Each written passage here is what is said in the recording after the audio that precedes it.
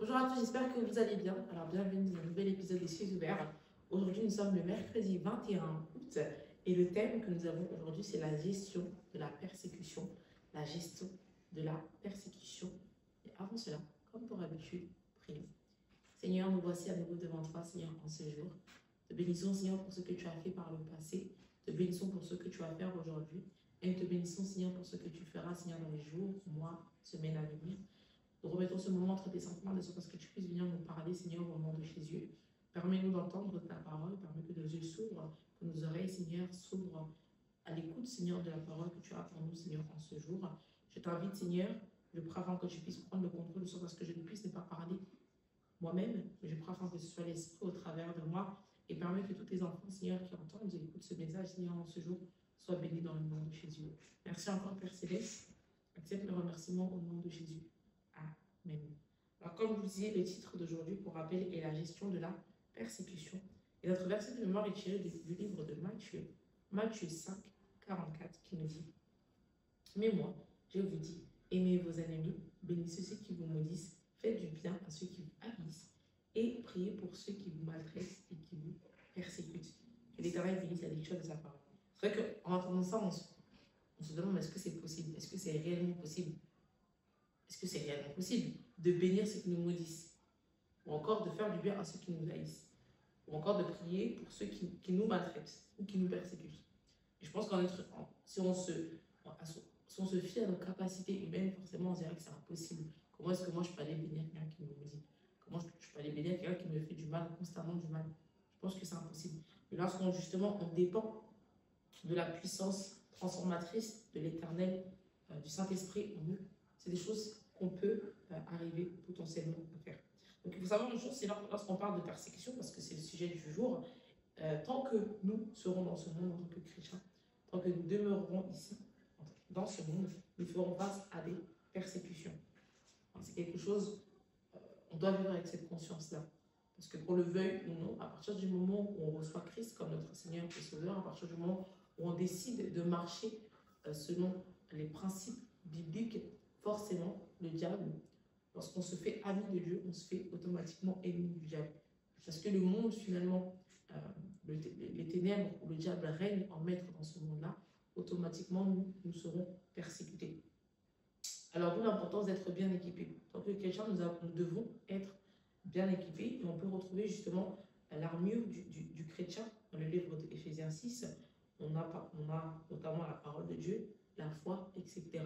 C'est des choses que nous devons prendre comme armure, et que nous devons utiliser justement pour pouvoir ne pas tomber, pour utiliser afin de pouvoir résister finalement toutes ces persécutions, les tentations, etc., etc. Dès lors que vous devenez enfant de Dieu, le diable vous persécutera, comme je l'ai dit, et afin d'en sortir, vous devez être bien enraciné en lui. Au-delà de l'armure céleste, il y a également la prière. La prière, un élément très important. Un chrétien se doit de prier. La parole nous dit justement prier sans cesse. Un chrétien se doit de demeurer dans la prière, de prier. Il y a aussi le jeûne, une grande arme qui est le jeûne. Et bien sûr, la méditation de la parole de Dieu. Et si je peux même également ajouter, il y a la louange et l'adoration. Il faut savoir que le diable, étant donné que son ministère principal est le fait de voir les enfants de Dieu lui rendre gloire à l'Éternel, bien sûr. Et donc, vous pouvez forcément utiliser la louange et l'adoration comme une arme. Toutes ces choses-là, c'est des armes que Dieu vous donne. Donc, c'est à vous de pouvoir les saisir et de les utiliser justement à votre avantage. Et en sachant justement que le diable est ici, comme la parole le dit justement, que le diable ne vient que pour détruire, tuer, dérober, détruire, voler, etc. C'est à nous justement de ne pas attendre qu'il vienne le faire, non. D'être persécuté avant de pouvoir s'enraciner dans la parole de l'Éternel, même en Christ. C'est à nous de par cette conscience-là, en fait, nous préparer. Parce que ça viendra. Personne ne sait quand. Mais bien sûr, mais forcément, un jour, un moment ou l'autre, vous serez persécuté. Un autre point important, et avant de parler de ce point-là, j'aimerais raconter une histoire tirée justement des cieux ouverts, qui nous dit qu'il y avait un missionnaire dans un pays étranger où les chrétiens étaient persécutés. Et le jour de son mariage, la police locale a fait une descente dans la base missionnaire et l'a arrêté dans un robe de mariée. Elle a embrassé les menottes qui lui ont mises et a dit, Seigneur, je ne savais pas que tu étais si jaloux de moi, que tu ne me laisserais épouser personne d'autre que moi. Et plus tard, elle dit, comme ton alliance est belle à mes poignets. Elle était si heureuse du Christ que son mariage, le fait qu'ils aient fait une descente dans son mariage, finalement ne signifiait rien pour elle. Elle a vu les menottes comme une alliance. Et c'est le genre d'intimité que nous devons avoir avec Christ pour ne pas le renier face à la persécution. Lorsque vous êtes face à la persécution, votre réflexe ne doit pas être de renier Dieu, ne doit pas être de demander à Dieu, mais pourquoi? Pourquoi est-ce que je suis persécuté? Qu'est-ce que j'ai fait pour être persécuté? Beaucoup se demandent lorsqu'ils passent par des situations difficiles, qu'est-ce que j'ai fait pour mériter ça? Et vous, votre réflexe doit tout simplement être de rendre gloire à Dieu. Parce que, encore une fois, et c'est important de le voir comme ça, vous savez que si vous êtes persécuté, très souvent, c'est pourquoi? C'est parce que l'ennemi a peur de vous. L'ennemi ne va pas s'embêter à persécuter une personne dont il n'a pas peur. Une personne qui pêche, qui est déjà dans son camp, une personne qui pêche constamment, qui ne fait pas ce que Dieu demande, il n'a aucune raison d'aller le persécuter, d'aller l'embêter, entre guillemets. Mais une personne qui justement veut vivre selon les principes bibliques, une personne qui a une vie de prière, de jeûne, de méditation régulière, tout cela, c'est des choses que l'ennemi souhaite, auxquelles il souhaite nuire. Et donc, bien sûr, il voudra venir vous persécuter. Parce que son but est que vous puissiez décrocher. Son but est de pouvoir vous faire venir à lui. Donc, je pense que c'est vraiment une façon de voir également les persécutions. Ne voyez pas ça comme une fin en soi, parce que la parole nous dit clairement, c'est que lorsque vous passez par certaines situations, très souvent, c'est parce qu'à travers cette situation, Dieu peut-être veut vous enseigner quelque chose, ou peut-être veut vous rendre plus fort. Donc, rendez gloire à Dieu dans cette situation. Je ne dis pas que c'est simple, bien au contraire, mais encore une fois, c'est une façon à vous de vous forger. C'est une façon à Dieu de vous forger. Et par cette situation, vous devez sortir plus fort et non pas vaincu.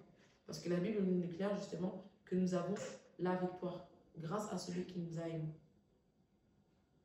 Et donc, le point important que je voulais vous mentionner également, c'est que la profondeur de la racine d'un arbre détermine la résistance face à une tempête.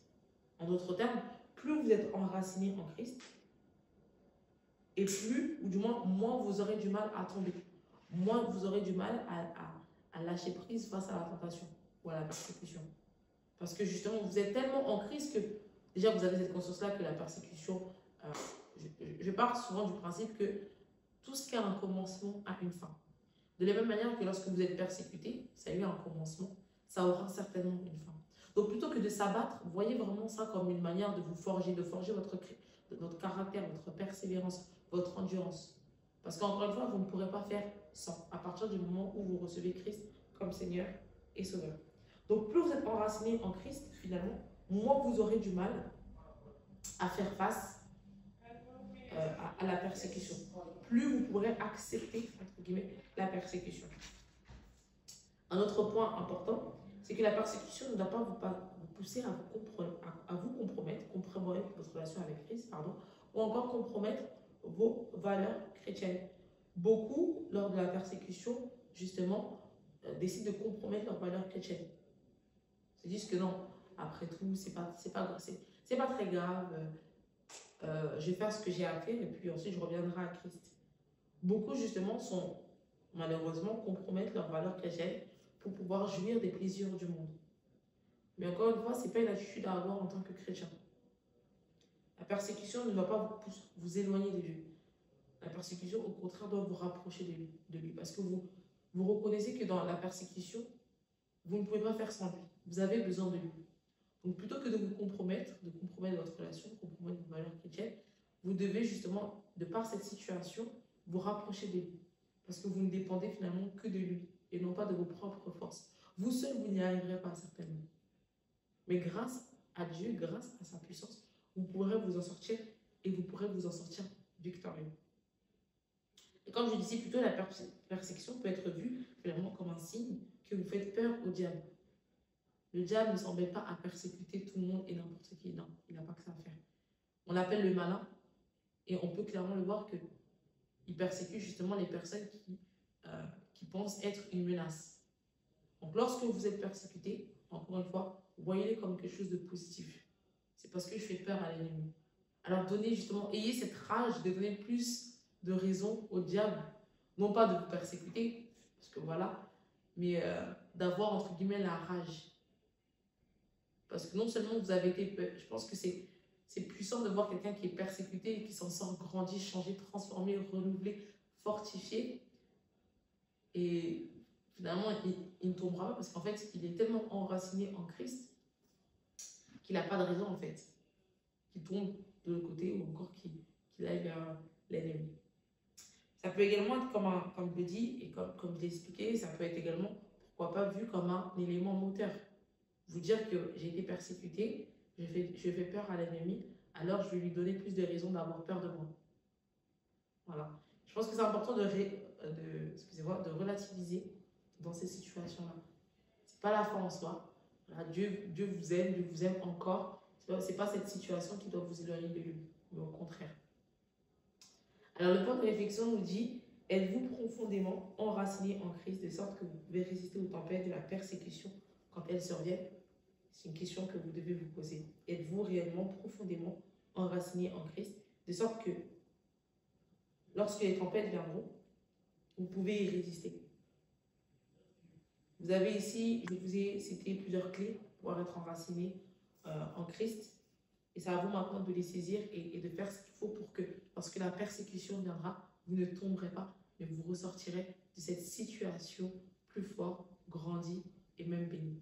Que l'Éternel vous bénisse. J'espère que vous avez été bénis par ce moment. Et je vous encourage vraiment à saisir ces armes-là. Dieu vous les donne, c'est gratuit. Prenez-les.